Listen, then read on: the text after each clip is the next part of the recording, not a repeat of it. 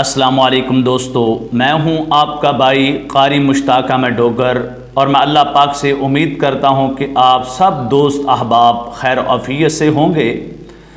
اور میں اللہ پاک سے دعا کرتا ہوں کہ اللہ پاک آپ کے اوپر کروڑوں رحمتوں کا نزول فرمائے۔ تو دوستو، آج ہم بات کریں گے معدے کے گیس کے حوالے سے، اس کو کیسے خارج کیا جا سکتا ہے، معدے کی گیس سے نجات کیسے مل سکتی ہے۔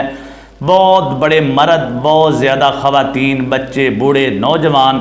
یہ جو ہماری اس وقت خوراک چل رہی ہے، ان خوراک کی وجہ سے، فوڈ کی وجہ سے بہت ساری خواتین، بہت سارے مرد حضرات جو ہیں معدے کی گیس کے حوالے سے بہت زیادہ پریشان ہیں، اور معدے کی گیس کو ختم کرنے اور خارج کرنے کے لیے بڑی بڑی میڈیسن کا استعمال کیا جاتا ہے۔ اور بعض ہماری مائیں اور بہنیں، دوست احباب، بزرگ، نوجوان ایسے ہیں جو میڈیسن استعمال کر کر کے تھک چکی ہیں، اک چکی ہیں، لیکن معدے کی گیس کا کوئی حل ان کو نہیں ملا۔ تو آج ہم آپ کے کچن سے کچھ ایسی چیزیں آپ کو بتائیں گے، آپ کا جو گھریلو چیزیں ہیں ان کو استعمال کریں تو انشاءاللہ آپ بڑی بڑی میڈیسن کو بھول جائیں گے، اور اس کو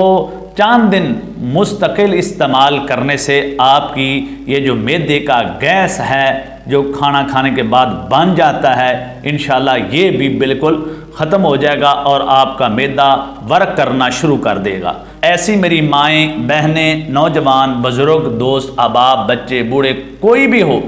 اگر اس کو معدے کا گیس ہو جاتا ہے تو سب سے پہلے آپ نے یہ کرنا ہے کہ اگر اس وقت موسم ہو میٹھے کا، میٹھے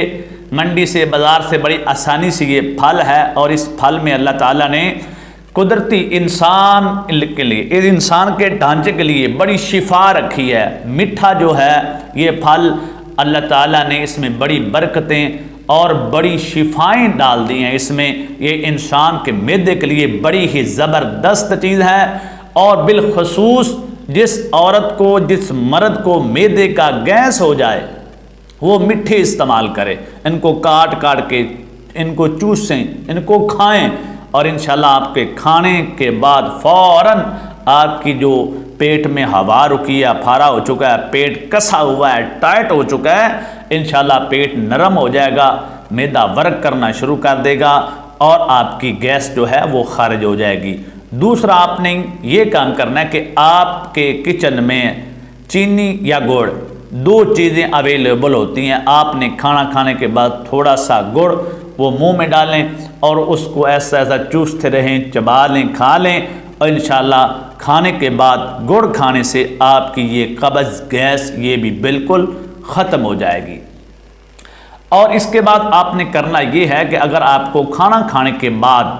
آپ کو اکثر گیس ہو جاتی ہے، تو کھانا کھانے کے بعد 1 یا 2 چھوٹی الائچی سبز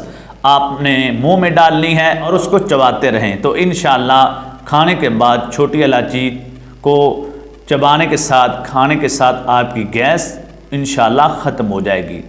اور ایک اور ٹوٹکا ہے جو آپ کے کچن میں موجود ہے، وہ بہت ہی آسان ہے، اگر یہ بھی آپ استعمال کر لیں گے تو انشاءاللہ آپ کا گیس کا مسئلہ ختم ہو جائے گا۔ تو انشاءاللہ آپ کے معدے کی گیس کا مسئلہ ختم ہو جائے گا۔ تو آپ نے کرنا یہ ہے، چٹکی پر آپ نے زیرہ لینا ہے، اور اسی طریقے سے چٹکی پر آپ نے سونف لینے ہیں، اور تھوڑا سا ان میں گڑ ملا لینا ہے۔ ان 3 چیزوں کو اپنی ہتھیلی کے اوپر رکھو، منہ میں ڈال لو، ان کو چبانا شروع کر دو، اچھے طریقے سے چبائیں، کم از کم ان چیزوں کو 32 بار چبائیں۔ جب یہ پانی لیکوڈ بن جائے تو ان کو اندر لے جاؤ، معدے میں جاتے ہی سونف، زیرہ اور گڑ آپ کے معدے کی جو گیس ہے اس کو خارج کر دے گا، آپ گیس سے آزاد ہو جائیں گے۔ یہ تھی آج آپ کے کچن سے ایسے چھوٹی چھوٹی چیزیں جو آپ کے گھر میں موجود ہیں، اور آپ معدے کی گیس کی وجہ سے پریشان ہیں،